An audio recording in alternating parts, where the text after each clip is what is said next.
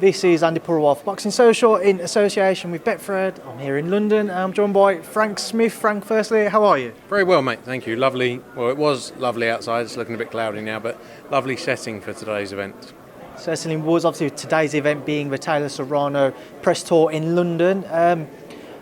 What do you make of this fight, Frank, as we edge ever close now towards April 30th, one that's been billed as the biggest in women's boxing history?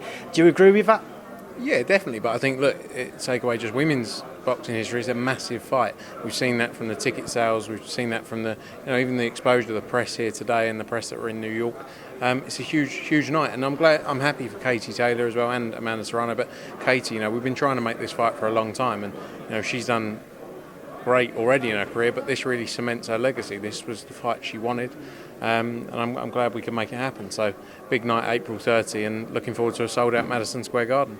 From your involvement within this deal, Frank, talk to me about working with Mr. Jake Paul. What's he been like to work with? Yeah, I mean, look, I'll be quite honest. I sort of stayed out of the way. Sean, who is our COO, dealt closely with Nikisa. I met with him originally when we were in New York. And they just want to make the big fights happen. They want to make sure their fighters get paid, and fair play to them. I think they're doing a good job. But it's been good to deal with them. As Eddie said in the press conference, we deal with a lot of people who are just purely boxing promoters who don't make things easy, don't make co-promotions easy. So they've been good to deal with. So it's been nice. Frank, when you consider having Jake on the Matchroom show on the Matchroom shows previously, and now you look at him now, how much does it surprise you how he's learnt about the boxing business away from just being a fighter, what he's learnt since? Look, he loves the sport, obviously, you can tell that, otherwise he wouldn't be doing it. He doesn't have to do anything. I'm sure he's very financially secure from his other walks of life. So he loves the sport, and that's the key thing. He wants to improve the sport for the fighters. He wants to make sure people get paid, and fair play to him. But boxers should be happy he's doing what he's doing. And I think he gets a lot of stick. There's nothing. I can't see what the problem with him either being a promoter or a fighter is. It's like you or I deciding we want to go and do it tomorrow, isn't it? There should be no issue with us doing it. It's just the fact he's got such exposure, such a big group of people around him. Everyone goes, oh, he doesn't deserve to be there. But he's done his work in another space, and now he's trying to bring that into this world. So fair play to him. Frank, moving away from that one, just touch on other topics. Obviously, this past weekend out in America, you had a show out there. Bam Rodriguez, as I said to Eddie, can't really say a star in the making. He's a star now, picking up that WBC world title. Yeah, look, he moved up those 2 weights. He got the call up on last weekend, and he didn't hesitate at all. He was 100% ready for it. And youngest world champion in boxing. I think he's got a huge future ahead of him, and he's got a lot of decisions to make now. Does he go down a weight? Does he go down 2 weight? He's got lots of options. But great performance. I actually wasn't there. I missed it, but it was first show I've missed in a long time. But no, great performance, and yeah, he's got big nights ahead of him. I remember when he was announced having signed with you guys, he was under a multi-fight deal. So how long's left of that deal? He's still got a few fights left. It's funny because Kevin Rooney, who sort of heads up our boxing side of things, he's been a big supporter of him for a long time, and he's been pushing him. He's been like, I've got to get Jesse a fight, like literally years and years. He's been saying this kid's amazing, and I didn't know too much about him, but he's obviously shown he's got a lot of talent, and good eye from Kevin there.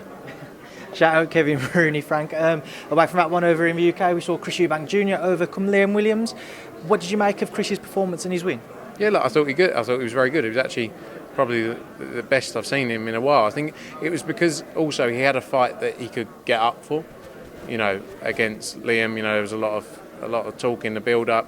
There was the crowd back there, so I think it made a difference. Maybe could have got him out of there, but Liam, tough fighter as well, as he's always shown. So fair play to Liam Williams as well. But good win for Chris, and it's going to be interesting to see where he goes from here.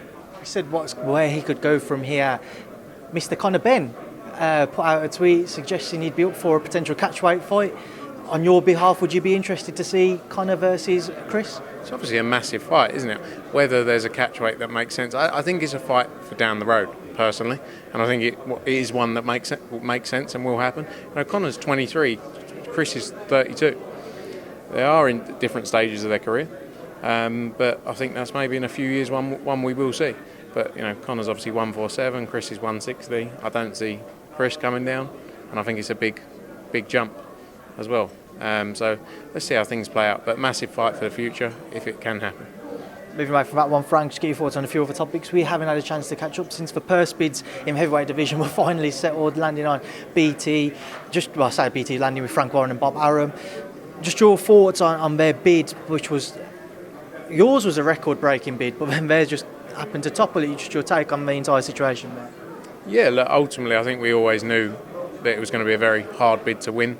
You know, it's public that it was 80% or 10% and then 80% to the champion. So, you know, I don't think, I'm sure they would have done a deal with Tyson Fury before the purse bids. So they were always in a better place to win that bid because the difference it makes to them is 20%. So it's probably what it's costing them is closer to what we actually bid. But fair play to them. They won the fight for their fighter.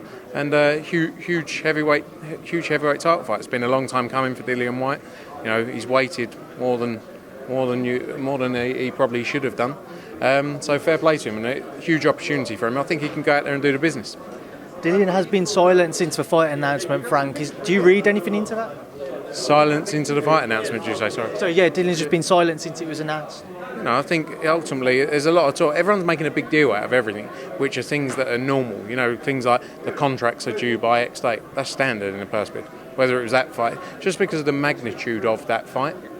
And, you know, I think Dillian's just out there working. He's wanted this fight for a long time. So, you know, he's focusing on that. How confident are you guys as a team that Dillian can be the man to overcome Tyson? Because Tyson's widely regarded as the best heavyweight in the world. Yeah, do you know what I truly believe with the heavyweight division? They can all beat each other on their best day.